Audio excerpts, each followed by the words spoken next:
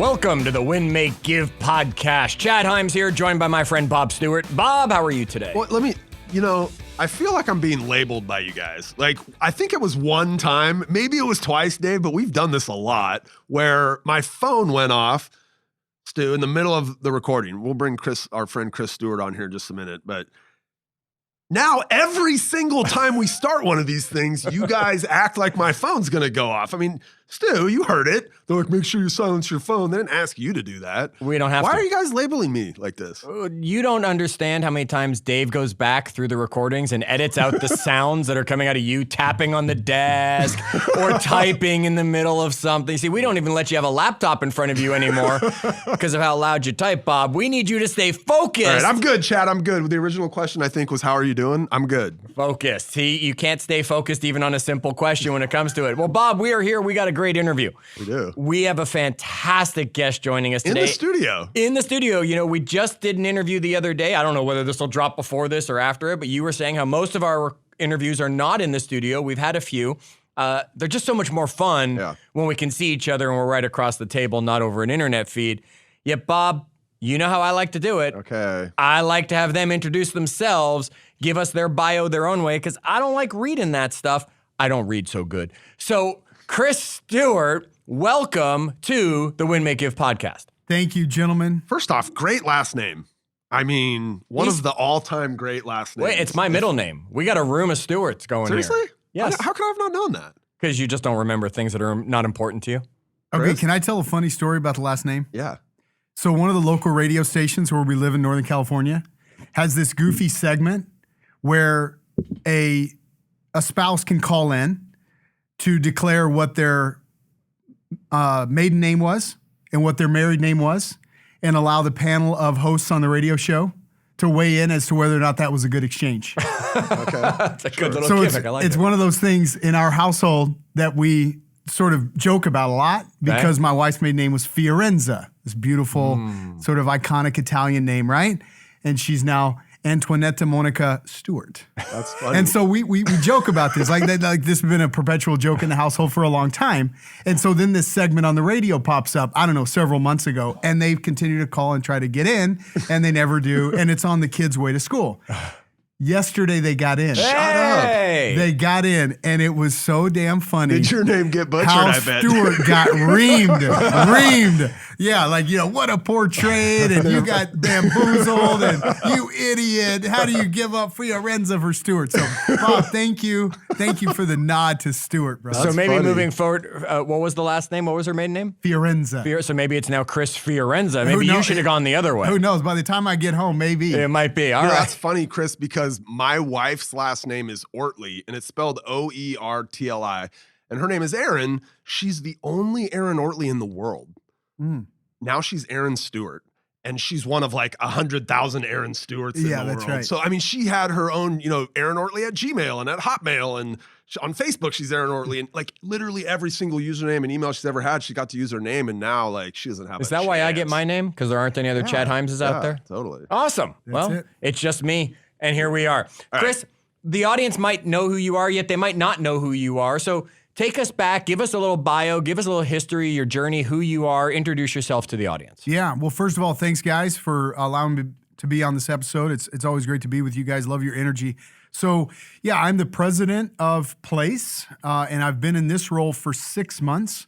Prior to this particular role, I was the CEO of Berkshire Hathaway's global real estate franchise, and also had the responsibility of our consumer services strategy and delivery for all of our real estate holdings, which spanned about 90,000 agents across some 2,500 offices in the U.S. And then our real estate franchise group was a global group. And I was in that role from 2014 until just last year. I was in a number of executive roles until just earlier this year, rather, when I left. And prior to that, I was a part of a leadership group for a real estate brokerage that was headquartered and operated in the Silicon Valley, Northern California, which we sold to Berkshire Hathaway, which put myself and our founder and CEO on that side of the organization, so to speak. And then prior to that, I held a number of different roles in big and small organizations, including my time. I actually started my career in high-tech systems integration in the mid-90s and went on to work at Oracle as a global account executive, and then basically started my career in real estate in about 2003. Okay, so I got two questions. And well, one statement, one question, I guess. I didn't know this about you, and I haven't had a lot of chance to connect with you and learn about you. So you came up on the leadership side into the Berkshire. It wasn't you were an agent who then became more successful and worked your way up. You came up on the side of leadership and boardroom that found you where you ended up. That's right. Yeah, that's right. So the organization that I helped build as a part of the executive leadership team was a company called Intero Real Estate Services. We were a real estate brokerage and a franchise. And so we covered about 125 offices or so, did about $12 billion in volume. And so that we were the 7th largest real estate brokerage in the United States. That's what really captured the attention of Berkshire Hathaway, which led to the acquisition in 2014. But one of the things there, to your point, Chad, is I was a part of the leadership team from the very beginning, helped build that organization into what it was prior to our selling. And we did all of that without any mergers or acquisitions. And we did that in a very traditional business model. So that the collection of those experiences was really what captured Berkshire Hathaway's attention and led to the acquisition. And then you have a lovely wife with this iconic name, as we've already talked. Where does she come into the picture? Where did you manage? Did you just go on a trip overseas and stumble upon her? Or? You know, I guess had that been the case, we would have retained the name Fiorenza, right? But actually, just we actually worked together early on in one of the tech companies in Silicon Valley. Yeah, so that romance started here in the States, which I guess why Stewart won over Fiorenza. Right? What was it like working for Warren Buffett?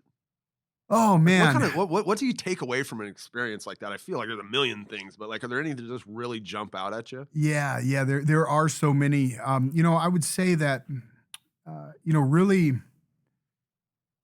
a discipline, and a rigor and a institutional muscle that's built around financial stewardship. And in fact, talking with several of our business units this morning as we talk about goal setting and visioning for 22 for our organization as a whole, and we're a family of companies. And what I said is, we're profitable, and it was very important for me as we looked at our goals, priorities, and strategies for next year that we layered into the definition of our business objectives in 22 an element of profitability, to suggest to our employees and our leaders, we have the responsibility as stewards of this business to treat the company's financial resources like we would our own.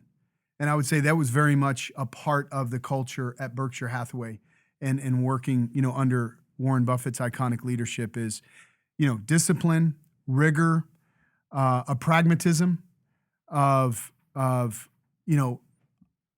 understanding how to mitigate risk, how to capitalize on opportunity, how to leverage the company's resources. I mean, a lot of times we would get questions like, hey, Mr. Buffett's sitting on $150 billion in cash, which we were right around the time that I left. Perhaps it's more now, I don't know.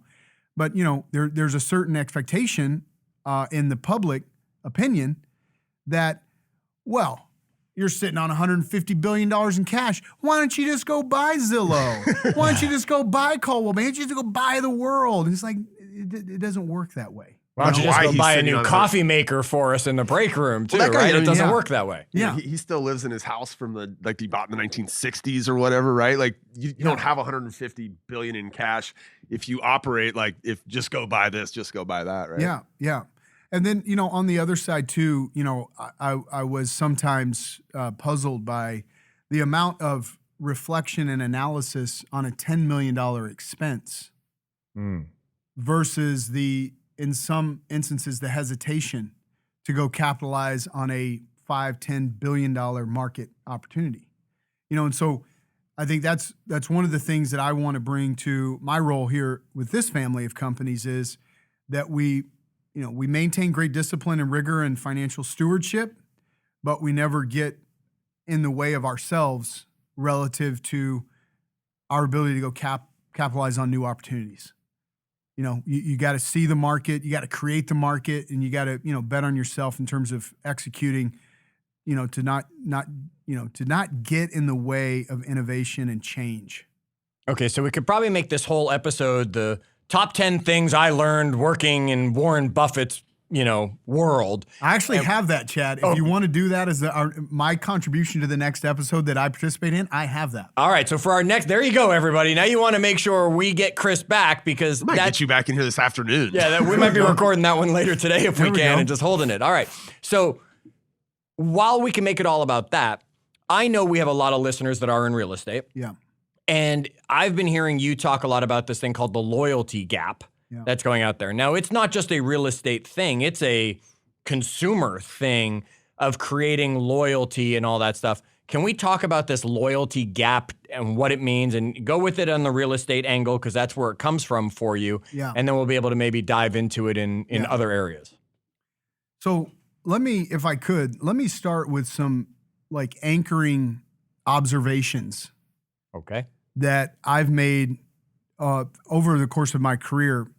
And the number one thing is how many people would say, just us as consumers, as a society at large, how many of us, what percentage would say that they regret not owning more real estate?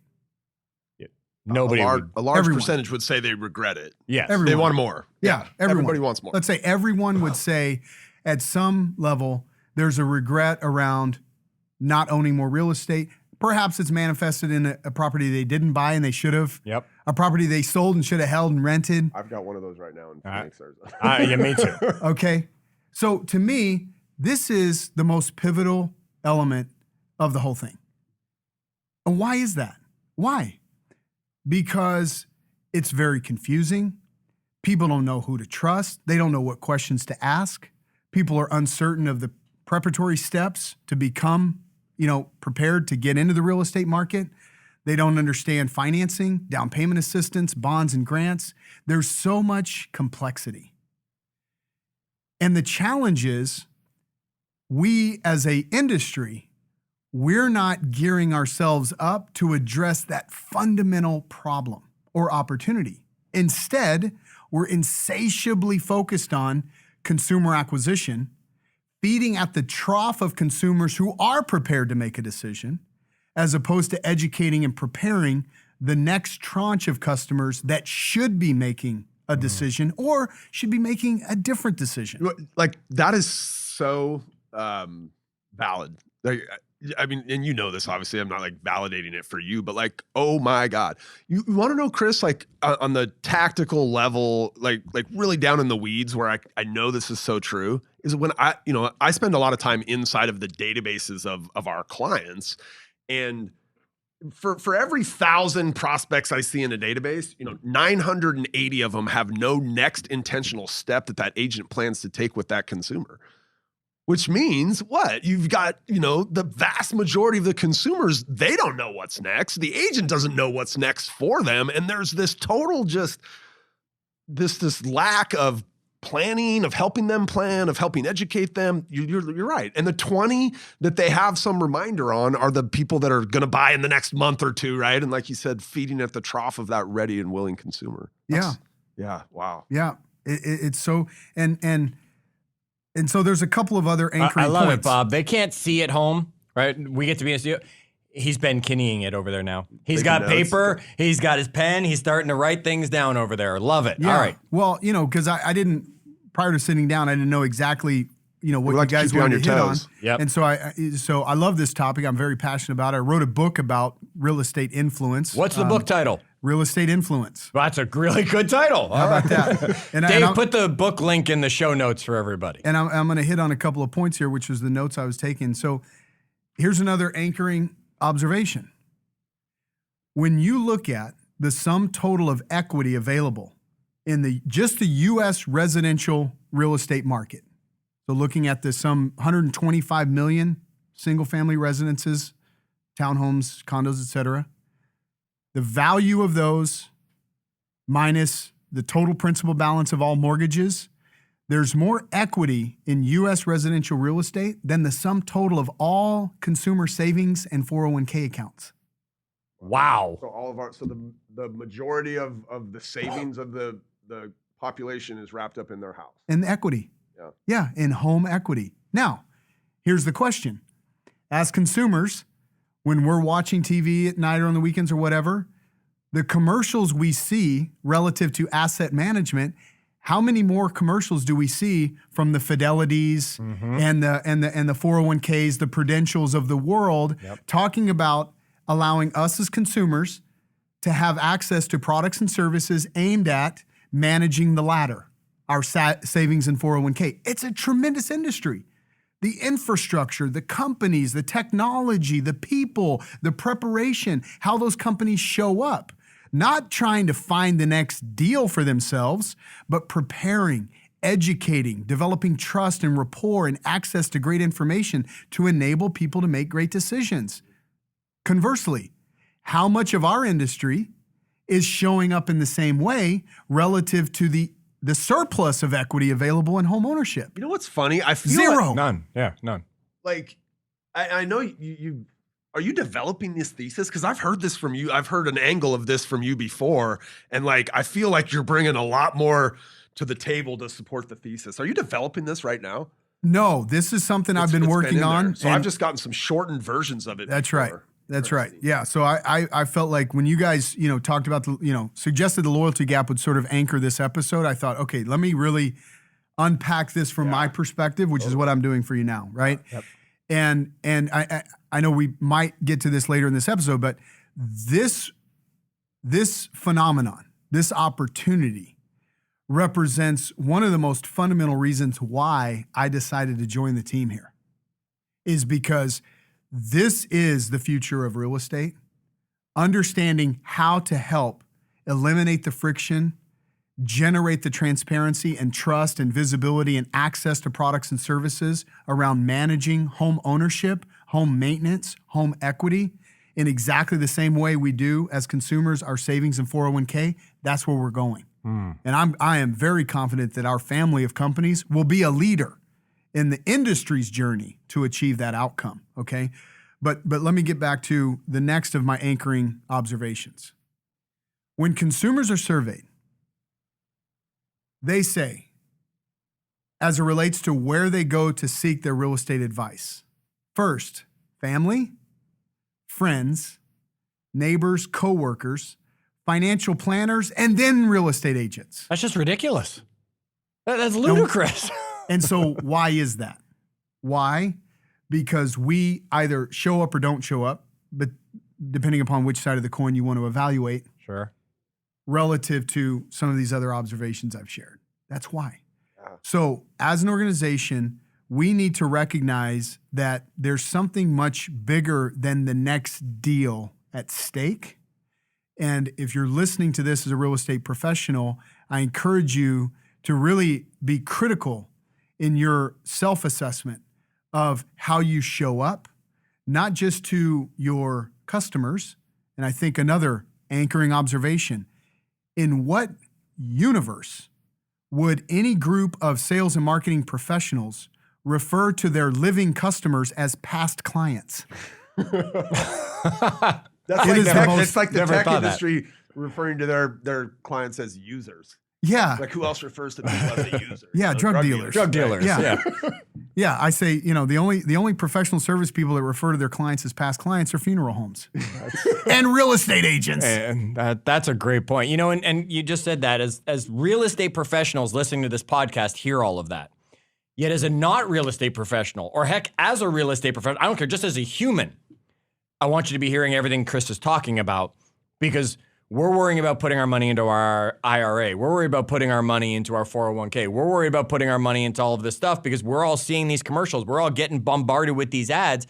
And Chris has already laid out for you how much more money is in the equity of real estate than all these other products combined. So please be hearing this, whether you're a real estate professional or not, of the value of real estate. Amen. And look, here's the other reality that is for the most part ignored, like the dirty little secret. The folks that are on the side of the asset industry of stocks and bonds and mutual funds and 401ks, real estate represents a competitor to them, because $100,000 to me, my financial planner says, hey, give me that, Chris. Right. I'll take care of that. I'll diversify that. And I go, no. I'm going to put that in, this duplex over here, this fourplex or whatever it is, right? Yep. So we got to recognize there is some tension. There is some conflict here in us as consumers relative to how we leverage our money.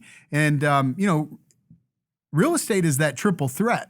You've got the cash flow of investment, you've got the equity appreciation, and some positive tax benefits, right? Yep.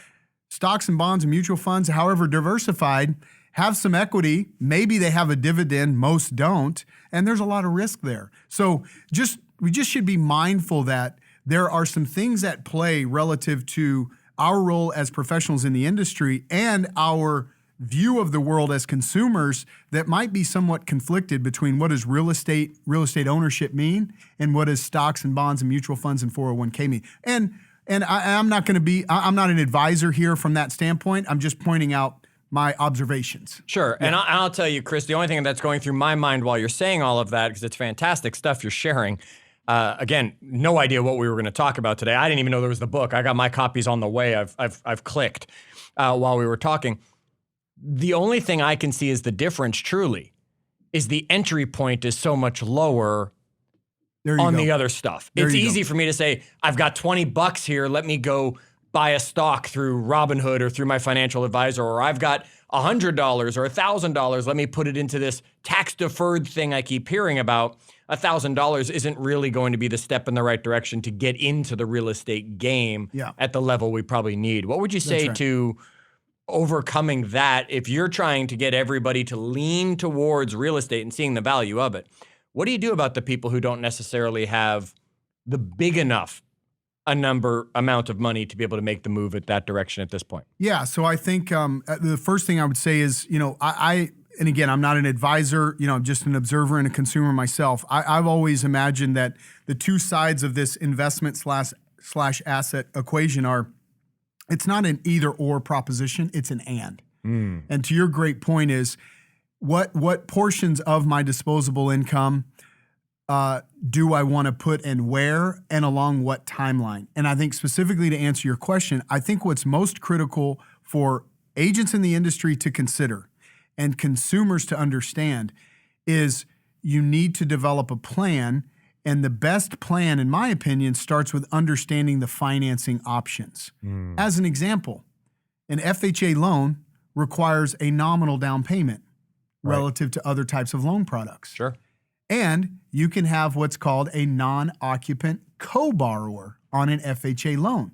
Okay. Where a relative, a father, an uncle, someone is actually sort of coming on board with you to guarantee the payback of that loan, protect the lender. So there's all sorts of down payment assistance programs and grants and bonds and different types of products on the financing side that hopefully people, through a more trusted, transparent, deliberate relationship with a great real estate professional, can get access to. But that's really where it starts. And that goes back to my initial point of, if the real estate industry just continues to show up as perpetually looking for the next transaction that's ready to close in the next 30, 60, 90 days, we're ignoring this education and trust and transparency process that needs to precede that, which is why, in my opinion, so many people regret having made or not made real estate decisions, because they're making a lot of these decisions or not making them in a vacuum a lot of times. They just don't know what's possible. Okay, so how does this all take us into that loyalty gap that we were talking about as you set this foundation and said, hey, folks, I don't care who's listening, real estate, right? Now talk about this loyalty gap that has shown up in real estate, and then we'll take it outside of real estate from there. Yeah, and I'll actually, to contextualize its place in real estate, I'd like, if you don't mind, to start with a contrast to other industries. Okay.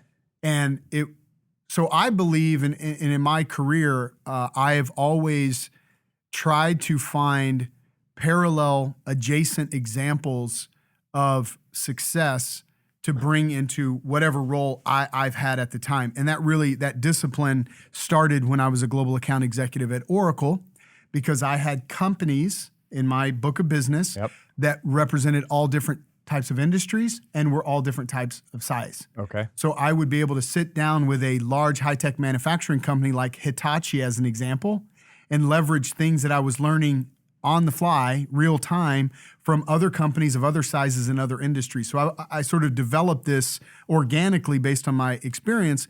And when I got into real estate, I basically taking those same kinds of disciplines or behaviors, I said, how are other industries like the independent insurance agents at State Farm or Allstate or Geico?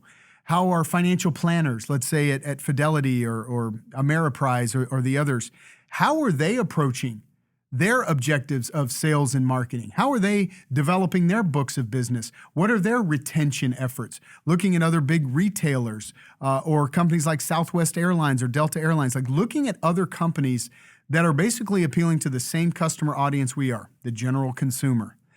And one thing that's always been striking to me is that if you look at those organizations, the sales and marketing functions are very intentional about structuring themselves so that part of their organization is focused on new customer acquisition.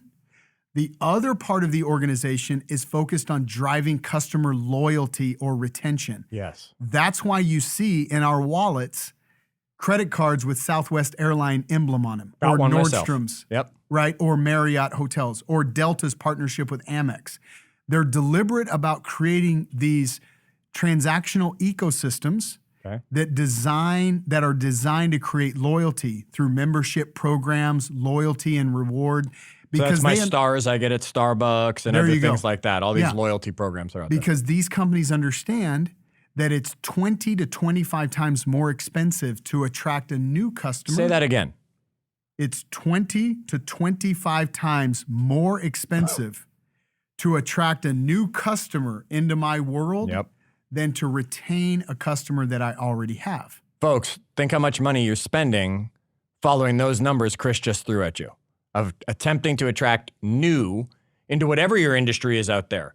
I mean, I'm thinking you're talking about it. The one company I haven't heard you mention in there, because they don't do a good job of client loyalty either, is the automobile industry. Yeah, there you go. I have never bought a car from the same person twice. Great point. And it's not my fault. Yes, sometimes I've moved or whatever, but they don't create loyalty that makes me say, oh, I should pick up my phone and call Steve. He was such a great car salesman. He'll take care of me on my next deal as well. Such a great point, yeah. And so consequently, what do they fall back on? Incentive-based financing programs. Right. Right? So there's lost leaders in their model to compensate for the fact that they do a very poor job of loyalty. So here's a couple of other data points on the loyalty gap, and I'm going to explain exactly what that is. When you look at these other businesses, as I said, they're very intentional about their organizational design. Their sales and marketing budgets, their people, their everything about how they go to market. I don't care if you're Marriott Airlines or Southwest Airlines or Nike, they're very intentional. This group is focused on new customer acquisition, this focused on loyalty. And when you look at how the resources and the money breaks down, 60 to 80% of those companies' organizational budget and people is aimed at loyalty. 60 to 80%. Wow. Only 20 to 40% is aimed at attracting new customers because they get the math. Yep. Data point number one, when I look at the real estate industry, the brokerage industry represents roughly a $90 billion income category. Okay. So if you look at all the homes that sell, roughly 6 million, let's say, two sides, then you got the new homes. Yep. And you just put an average commission rate of like 2.7% per side. Sure. It's about $90 billion. That's our total addressable market. And we know that the agents retain the overwhelming majority of that. Yes. 80 to 90% of that 90 billion is in the pockets of the agents. Now, and well earned. Let's just be clear so someone doesn't think some agents out there, well earned. Yeah, because they're doing all the heavy lifting. Yes. They are the small business entrepreneurs. They are the engine that drive this whole industry. Now, when you look at customer acquisition and you start to try and frame, well, how much proportionately is our industry spending on acquisition, and how might we relate that to some of the observations in these other industries that I mentioned? We don't know exactly because the measurement visibility into these metrics aren't vividly clear. So there's some blind spots, but we're pretty certain that somewhere between 16 and 20 billion of the industry's 90 billion in revenue is spent on customer acquisition. I'm talking about commercials on the TV. I'm talking about digital and internet. I'm talking about all the lead generation systems. I love how you just did that. No one saw that at home. You air quoted that. I air quoted right? that. The lead gen systems and the air quotes immediately flew around that. If you're in real estate, you know exactly what he meant. If you're not, don't worry about it. Yeah, exactly. And so what we take away from that, Chad, is this idea that somewhere around 20% of the industry's gross revenue is tethered to try and find new customers. Sure. If you were to look at the leading, most iconic consumer brands in the world, none of them spend more than 10% on customer acquisition. And you don't need to look any further than those companies' annual reports. In fact, I looked at earlier this year, looking back a year prior, Nike spent like 9%. You know, that was the company revenue. I was just going to think about. I wonder what Nike spends with 9% all their... there you go. On customer acquisition. Marriott Hotels, 4%. Wow. Southwest Airlines, 1%. Yeah, I would think they're almost nothing, knowing the way they do it. Yep. Right? We spend 20% of our gross revenue as an industry on customer acquisition. Data point number 2. We've been measuring as an industry for the last at least 20 years because we do annual surveys of consumers, buyers and sellers. And we've asked 2 pivotal questions in the survey, and this is done by our National Association of Realtors. One question that we ask is, at what percentage of the, and all the consumer surveys, by the way, have transacted in the last 12 months. So this is a fresh experience for those survey participants. And we ask, what percentage of you loved or significantly appreciated the real estate experience that you had with your realtor? 80 to 90% of the time, Chad. Right. 80 to 90% of buyers and sellers would use their agent again. They say, we loved them. Right. We love the experience. Now, of course, you've always got outliers. There's terrible experiences. We got all that. We get it. But overwhelmingly, 80 to 90% of the people love their real estate agents. Separately in the same survey, we ask, and we've been asking this question for 20 years, did you use your agent from your previous transaction? Right. And only 10, 15, maybe 20% every year differs. Yep. And the response from sellers is a little bit different than the response from buyers. But let's just call it 15 to 20% of consumers actually use their agent from their prior transaction. So wait a minute. You're telling me 9 out of 10 loved working with their agent, and maybe 2 out of 10 use the same agent again, though. And that is the loyalty gap. Right. That is the loyalty gap. And what I impress upon our industry as I'm talking to our real estate professionals is I will guarantee you that if that phenomenon existed for independent property and casualty insurance agents or department stores like Nordstrom's and airlines, or Southwest Airlines, there would be a maniacal, single, unwavering, relentless commitment and focus to close that gap. It would be all they talk about. Yes. We, as an industry, on the other hand, continue to stand up and perpetuate this insatiable thirst to go and find the next deal, acquire the next customer, tether ourselves to the next lead that's coming down the pipeline at the expense of driving the most valuable and fundamental relationship of all, that relationship that we already have. All right. So if you are a real estate professional, let me sum up what Chris just said. Work the people you already have relationship with. If you're not a real estate professional, yet you're an entrepreneur, let me sum up what Chris just said. Work the relationship with the people you already have one with.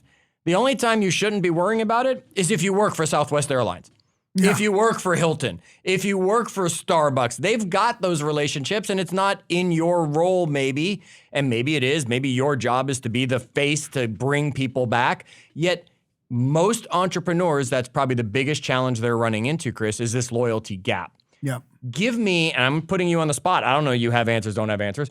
Give me, therefore give our audience, 2 or 3 tips to close this loyalty gap. What could I do as an entrepreneur, whether it's real estate or not, to work my past clients I'll say it, to work my past clients, to work relationships I have so that I get that repeat and referral business because they do love and they do stay with me. What should we be doing? Yeah, and that's a great question. It's the question, obviously. And obviously, if you had the answer, this problem would have been solved years ago. Yeah, what would your recommendations be as a guy who's really, really dove into this topic? Yeah, and I'll go back to one of the Nobel Prizes was awarded to a guy named Dr. Roger Sperry for saying that what you focus on expands. That's the good news, and that's the bad news, Chad. Right. Yep. What you focus on expands. So the first thing is to recognize, be critical and reflective of how do I show up for my customers, for my community, and for my prospective customers. Okay. And recognize that you, as an individual real estate agent, don't just represent the transactional facilitation that's involved in the deal from which you get paid. You represent an opportunity to educate, to inform, to provide direction and planning. Why don't people own more real estate? Because there's not a plan to own more real estate. Why do people own more stocks and bonds and 401ks? Because there's a plan to own stocks and bonds and 401k. Yeah, I've never seen an agent go out for a listing appointment and say, you should keep this house, Exactly. Right? That would be creating loyalty to say, Amen. Chris, you shouldn't sell this house because here's what we could do. We could rent it out. You could make cash flow positive and you can still make a down payment over here on this house. And now we're putting you in a financial security situation as you move forward. No, they say, yes, and here's what I'll do to get your home sold as quickly as I can from underneath you. Exactly. So the first thing is to recognize how I show up as an agent matters. Okay. And I would encourage people to think about the way you show up as a real estate professional must be accessorized by what I call your real estate ecosystem. Every single partner that you have, attorneys, estate planners, tax planners, divorce lawyers, like whatever, there's so many, right? Down to property inspectors and general contractors and designers and maintenance providers, lawn and pool. The whole thing, the continuum of relationships that you have, that is your real estate ecosystem, your lenders and the lending programs that you're aware of and need to stay constantly attuned to. Like, you must make sure that in every interaction that you're asking great questions, listening, and then making sure that you're merchandising all of this value vis-a-vis your real estate ecosystem in exactly the right way. Don't only look for and be blinded by your perpetual pursuit for transactions. That's an obvious thing. We will continue to do that. But I'm trying to encourage people to get more strategic, get more consultative and advisory, and make sure that they show up to their customers more holistic in terms of home ownership and home maintenance and home management and equity management. And to do that, you need to rethink, if I'm going back to touch my database, whether it's email, text, phone calls, what content is on my website, what kinds of content I'm publishing to my social media channels. Be more holistic than just representing a new listing, a new sold, a new pending, a new transaction, right? Of course, we've got to do that. That's the bread and butter. That's right. That's how we make the money. But I just want to encourage everyone to show up more holistic and more valuable in the context of their ecosystem so that they can start to build these relationships and really lean more into the database, your existing relationships, than attacking new leads. And to start with, just look at the amount of time you're spending. Yep. Look at where your budget is. Right? If I've got $5,000 a quarter in marketing, and what percentage of that is going towards my current customer base versus attracting new customers, right? So, and the numbers you were showing is the successful companies, 80% of it's basically going towards the retention, the reoccurring, and bringing them. 20% is to the new. There you go. Instead of how most people are spending the money. A lot of entrepreneurs. Again, Chris has a massive real estate background as a CEO of Berkshire Hathaway and your own organization before that we're defaulting to the conversation of real estate. This is all entrepreneurs that are out there. I don't care if you're a dentist. I don't care if you're a doctor and you got your own practice. I don't care what it is that you're doing. These lessons all apply to you, maybe not necessarily the benefit of home ownership, yet the same things. Are you spending that money? Because you know what? I get a postcard once every 6 months from my dentist that reminds me to come in and get my teeth cleaned. Meanwhile, I'm getting mailers all the time from other dentists saying, you should come to me, you should come to me, you should come to me. They're probably, if we did the research, in the same boat as real estate agents of people just don't want to look for a new one, so they go back to their dentist. Yet we're always being bombarded with the opportunities of new dentists. Absolutely. Interesting. I didn't realize how little retention is being done by the people that I'm actually somewhat loyal to. Yeah. The companies I'm loyal to, like Hilton, I get. Yep. The companies I'm loyal to, like Southwest Airlines, I get. Yep. Yet I'm looking at my doctor, I'm looking at my dentist, and I'm like, wait a minute.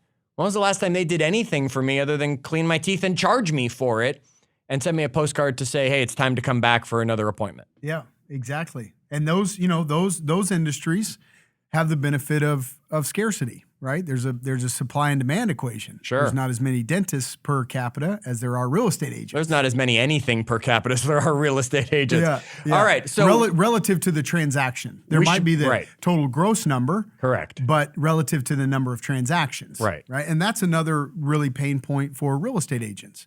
They're looking at their typical client going, well, what's the benefit to drive the loyalty if the next deal isn't going to come for another 10 years? Right. And I would say, well, valid, but it's irrelevant because how many deals would that person be tethered to? Their family, their children, their parents, their coworkers. Yeah, their neighbors and friends. Right. And so a lot of agents say, well, duh, Chris. I mean, of course I focus on my database. I get all of my business from clients and client referrals. And I say, well, that's great, Chad, but that's not the question.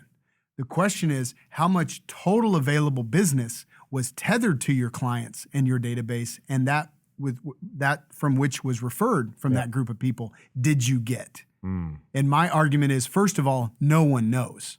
But my argument is, I think the very, very best agents among us get only 2/3 of the available business that's tethered to their database and their database's referrals. And that's the best. And that's the very, very best. Right. So there's always room for improvement, in my opinion. And I would say, again, to the independent entrepreneurs in the audience, I would suspect that your customer dynamics are much the same. Okay, so I just want to, again, I'm going to put you on the spot. And I love that Bob's microphone stopped working. So Dave, I'm sure you're behind this, and thank you. That's why the conversation's gotten so good. Chris, let me ask, what's the number one thing you would put your money to, or you've seen somebody put it and you've said, that is working, right? I know a lot of real estate agents want to give pies away at the holiday time. I know lots of real estate agents want to give you knives that your name's engraved on. Me, that just is a great place for the police to start with the investigation because they got a name. What is something that you have seen that really works? Because they're not going to run around with credit cards that say their name on it the way Southwest does, and they're not going to be sponsoring the halftime show at the Super Bowl the way Pepsi does to get their name in front of us again and again and again. What is the number one thing you would do if you were an entrepreneur right now needing to build that loyalty and close the gap? Yeah. So I think that, again, I would be very critical of how I show up and how everything that I do is intentional about providing value and education across the spectrum of homeownership. That's where I'm bringing my ecosystem into place. So in other words, I'm posting updates about mortgage. I'm putting my own flair on that. Okay. That goes in my newsletters. That goes in my scripting when I'm making phone calls. That so I've goes already on heard my social website. media, newsletters, websites, and phone calls. But my point, but my overarching point though, Chad, was how do I show up and provide this value across the spectrum and then recognize that there is no silver bullet. Right. You got to do the thing, right? It's like Emerson said, do the thing, have the power, do not the thing, have not the power. You've got to be a blended execution machine, online and offline, and show up and be visible. So to your question, I've seen people make millions of dollars in this business on only door knocking, on only doing open houses, on only doing direct mail geographical farming. You can choose any of those tactics. I'm just suggesting that you choose the ones that resonate the most with your personality, your style, your budget, right? Your time, what how you want to focus your business building activities, but that you show up in a way that's very intentional across your ecosystem and do it in a way that's blended online and offline. And there's really, that's the beautiful thing about the business. There's really no silver bullet. If you do the things, you will have great success. And just recognize that most of your competition is still showing up. I mean, we're all consumers of the real estate industry too. You see what's in your mailbox. It's garbage. Yep. People's call to action: don't get a divorce, get a bigger house. When it's time to move, call Stu. I mean, it's just so stupid. Yep. It's so unvaluable, right? And so therefore, there's just such a huge opportunity, in my opinion. So it's like really just choose any, 1, 2, or 3 of these things that maybe you're not doing today and just commit to doing them on a regular cadence. And you say that word right there, regular cadence, which makes me think back to just a few episodes ago. And if you haven't listened, go back. We just talked about consistency being the word we recommend at Win, Make, Give. We fully endorse your word for the year for 2022 to be consistency. I don't want to see Facebook posts that tell me, oh, my word for the year is love, and my word for the year is hope, and no, I'm going to be in there commenting. No, it should be consistency. It should be consistency. I don't care if that's consistency in love. I don't care if that's consistency in the work that you're doing. I don't care if that's consistency in how you show up. It's consistency is what I'm hearing is what you're saying, and that it's showing up with the right image in that ecosystem that you've created for yourself. Again, whether that's real estate, whether you're a dentist, a doctor, that you're providing that value with your personal spin on it to create the relationships and strengthen the ones that are worth strengthening. Yeah, exactly. And recognize that, look, we're here as professionals. We're here to provide experiences that enrich, uplift, provide something for our customers that they can't get without us, or that they can appreciate with us more than without us, right? That's why we're here. So when I think about real estate, it's understanding what's going on in my marketplace. There's all sorts of seasonal issues. There's maintenance issues. There's refinancing possibilities. There's an opportunity to leverage the equity that's been created. There's new financing programs that give somebody that perhaps doesn't have an investment property a new opportunity to consider that as a pathway of wealth building. There's so many topical, contemporary pieces of value that if you just step back from your business and recognize my role is to provide access and an experience to my community to these things. How I do that, that's the beauty of real estate. I can do that in person. I can do that on the phone. I can do that with email. I can do that with social media. I can do that with print. I can do that with customer appreciation events. There's so many different formats, and really there is no magic pill. You choose the one that resonates most with your personality and your budget and the time that you have. But to do that, to make sure that you're showing up as experiential relative to real estate and real estate home ownership, I think that's the opportunity. Oh, wow. I'm just sitting here and you can feel his passion. I'm hoping that you are feeling it in the car the same way I'm feeling it here in the conversation. So Chris, we're running short on time. I want to wrap this one up, yet I want a commitment from you. And that is that we will make sure we do the top 9 leadership lessons or top 9, 10 lessons learned from your time with Warren Buffett. You willing to come back and share that with our audience? Done. Absolutely. Right. We will make that happen. Folks, check out on Amazon.com. Easiest way to get your hands on it. Real Estate Influence, the missing links to gaining and sustaining influence through elevating your education, skills, and value by Chris Stuart. Yes, it's still Stewart here. You haven't changed your last name yet at this point. Then come to the Facebook group, facebook.com/groups/win, make, give. Because here's what I want to ask you. I want to ask you, what's the thing you do to close that loyalty gap in your world? And if it's not something you're already doing, what's the thing you're going to do? Come join us in the conversation. Look for the post that comes from this episode. We hope you'll share this with somebody because we know when we hear from a guy like Chris, we're going to make an impact in someone's business and someone's life. Chris, thanks for joining us today. Dave, thanks for turning off Bob's microphone. And audience, until our next episode, do good.